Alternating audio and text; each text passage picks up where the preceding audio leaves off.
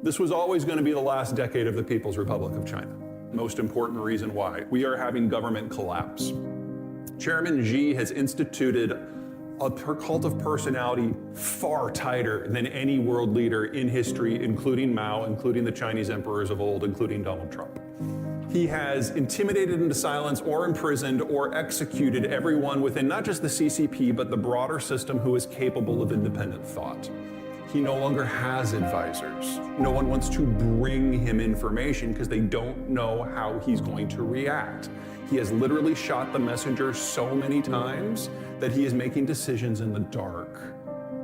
Now, this has horrible implications for any economic system, but in a one-man show, it means nothing gets done unless the leader gives you a written order, or you're one of the zealots who sees him on TV and is like, oh, this must be what he meant. So when you see a small army of bureaucrats in head-to-toe surgical stuff out on a runway at an airport with a leaf blower spraying lime to disinfect the runway, that's the kind of policies we're getting out of China now. China doesn't have these options, and it's not because of government. China was very successful for 2 years at keeping COVID out. No one has natural immunity. And the Chinese domestically generated vaccine doesn't work. It barely worked against the wild strain out of Wuhan, but then we had Alpha and Delta and Omicron B and Omicron Threat Crown Fuchsia 7 or wherever we are. It doesn't work at all versus the new stuff. And Omicron B, the one that is dominant in China and dominant here today, it's the most communicable virus pathogen that humans have ever struggled with. And the death rate from it is higher than any of the previous strains. And for us, this is a footnote because we all have multiple sources of resistance now, but the Chinese have none. And if they opened, you'd be looking at 5 million deaths in China a month for at least a quarter, minimum. So they can't. Lockdowns are their only policy tool. Shanghai went into lockdown on April 1. They came out on June 1. They nearly went into lockdown again last week. It's a little touch and go right now. We're all familiar with Vegas, right? What happens in Vegas totally leaves Vegas if it's a venereal disease. Yeah. China right now is struggling with an outbreak in Macau, which is their Vegas. So you should be expecting major metropolitan lockdowns across the country within a month. This is China's new normal. They can no longer participate in manufacturing supply chains because they can't keep the factories open. They are prioritizing health. That comes at a cost. Now, they're going to be losing access to Russian crude because of the war. They're losing access to manufacturing and employment because of their health policy. And we're having government failure as a managerial issue. All that really leaves is food security. Now, we all know that they love their pork. And we all remember African swine fever from 3 years ago when they had to cull more hogs than the rest of the world has hogs commercially. Now, they've started to get back in. Well, they've done more than start. They've offered a series of subsidies at the federal and the local levels in order to encourage hog farmers to re-enter the market, but they forgot to abrogate the debts of the hog farmers that went out of business because of ASF. So you've got 2 million dudes like me taking subsidies who have no idea what to do with a pig.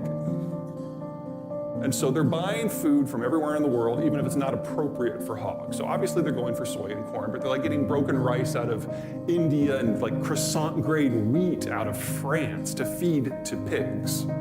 Like the least efficient way to do it. And again, 2 million people who have no idea what they're doing. Now, according to Chinese statistics, there has been no ASF in the country for months.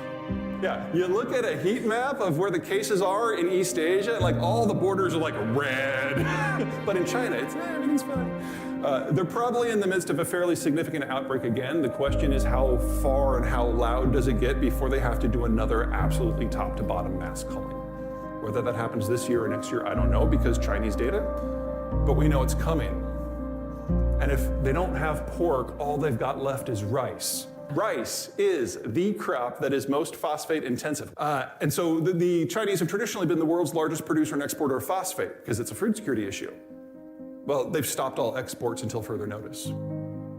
So we've lost potash because of the Ukraine war. We've lost phosphate because of Chinese mismanagement. Let's talk oil.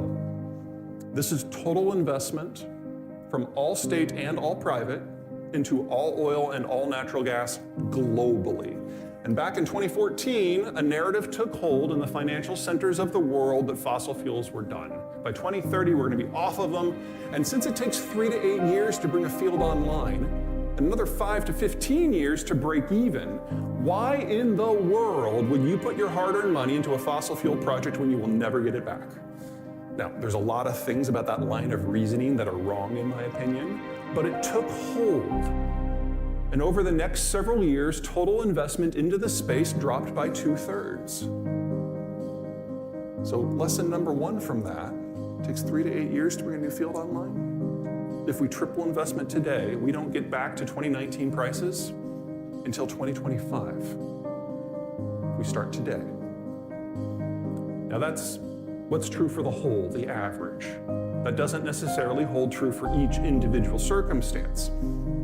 This is by far my favorite graphic series. I like to call this the checkbook map, because every dot is someone who can pay their power bill. That's where the world's oil and gas comes from. This is, in one picture, a lot of the angst of the last 70 years.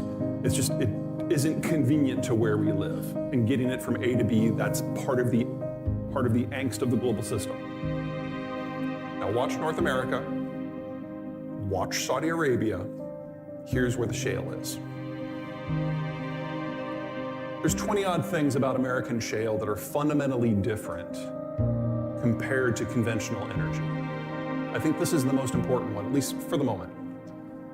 For us, only for us. We produce it where we live.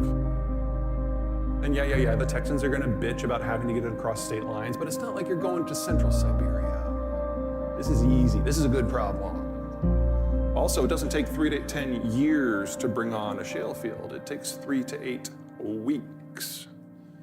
Now, that was back in 2019 before we had the everything in shortage economy. Now it's more like 3 to 8 months, but still, order of magnitude better, but not for anyone else. This is where the oil flows. The thicker the line, the more tankers are on that route. This is the route that matters the most. It is a convenient 6,000 to 7,000 mile sail from the Persian Gulf to the Chinese coast. Now, we've all heard those stories about the Chinese having this massive navy, over 600 ships, versus our 290. However, 90% of the Chinese fleet would fit in this auditorium. Not all at the same time, don't be a dumbass. One at a time. They don't have range. If no one's shooting at them so they can go slow and in a straight line to conserve fuel, they can go 1,000 miles, maybe. Most of them are talking under 400 under a war scenario, whereas our fleet is entirely blue water. So if there is a real conflict in which the Chinese are involved, someone who does not care for them, and that is a long list these days, is going to put 2 destroyers in the Indian Ocean basin and cut the energy line, and China deindustrializes within a year. They are the most vulnerable economy on the planet. And that's only the second reason why I don't see the Chinese surviving.